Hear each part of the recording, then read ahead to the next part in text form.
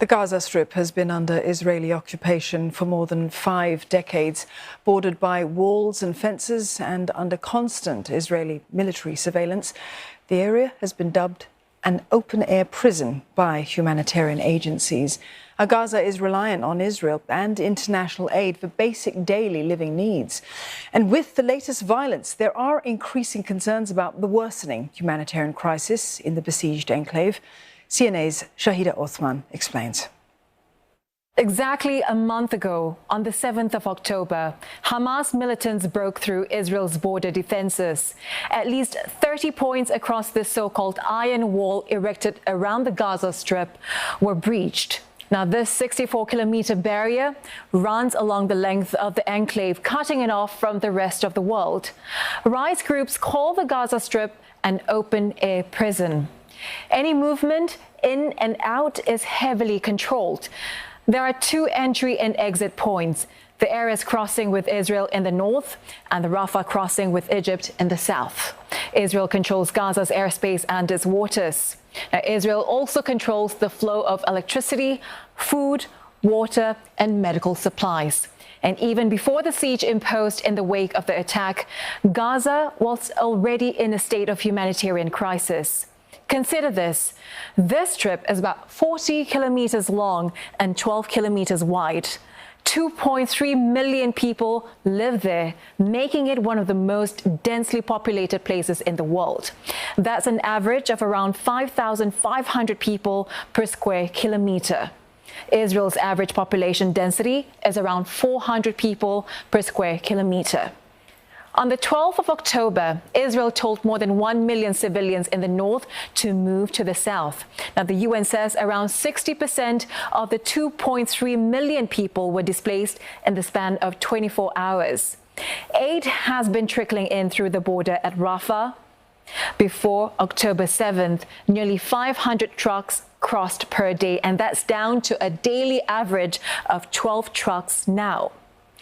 The World Food Programme says a third of the population, or 1.84 million people, were food insecure even before this latest war broke out. UNICEF estimates people had access to less than 3 liters of water per day to drink, cook and wash. The minimum emergency daily threshold is 15 liters per person. For more on the humanitarian crisis in Gaza, we're joined now by Faris Al-Jawad. He's communications manager from Médecins Sans Frontières. Mr. Al-Jawad, 1 month into this war, the nightmare in Gaza is more than a humanitarian crisis. Those are the words of the UN chief, Antonio Guterres. He says it's a crisis of humanity. What are we looking at with regard to the speed at which conditions have been deteriorating in Gaza? I mean, I think it goes without saying, anybody who's following any kind of news or any kind of social media can see the absolute horror that's occurring along the Gaza Strip, especially in the north, but also in the south. Our doctors report to us scenes that are worse than a horror movie. People are zombies. They have been exposed to absolute horrors for now, as you said, over a month. And there is literally no medicine left. Our doctors and surgeons are doing sometimes quite complicated operations and amputations without even the basics of anesthesia. Infections needed to be carefully treated are now being used with vinegar. There is no space in the hospitals. We have to sometimes treat patients on the floor in the corridor. And in addition, obviously the sanitary conditions are absolutely appalling because there is a lack of everything, water, food, medicine, you name it. It's not there. And if you put that into a wider concept of the idea that there's just relentless bombing happening constantly, it's just something that is apocalyptic. It's something, as my colleague described to me, that is worse than a horror movie, because at least in a horror movie, you can have certain graphic images, but in this, the images are too graphic to even be shared or conceived upon. It is a nightmare, a living nightmare for everybody who's stuck in Gaza right now.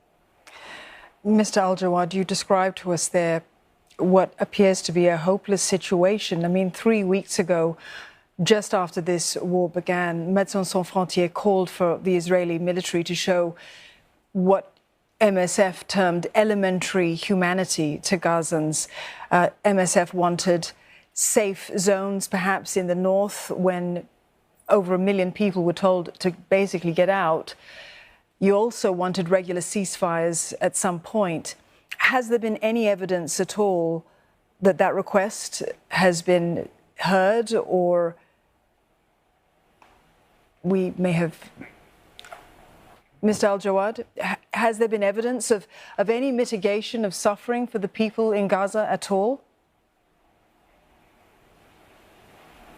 Sorry, I think I lost you there for a second. There was a connection issue. I'm currently traveling through the West Bank, so pardon me if you couldn't just repeat your question. I missed it.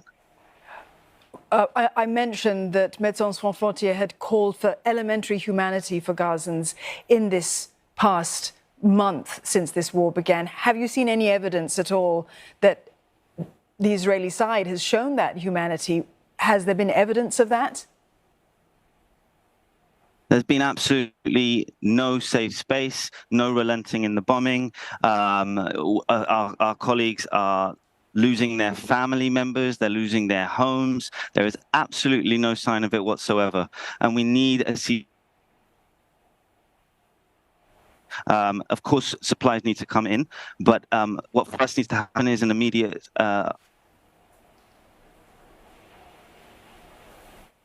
our doctors, our surgeons don't even have homes to go to in some cases now because they've been destroyed.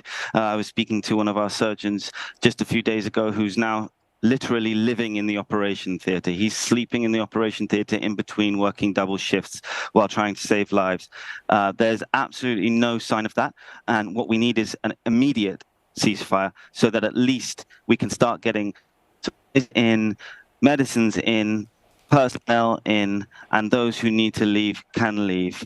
At the moment, the situation is completely untenable to describe it. And the only thing that can perhaps alleviate some of the horrific suffering that is going on right now is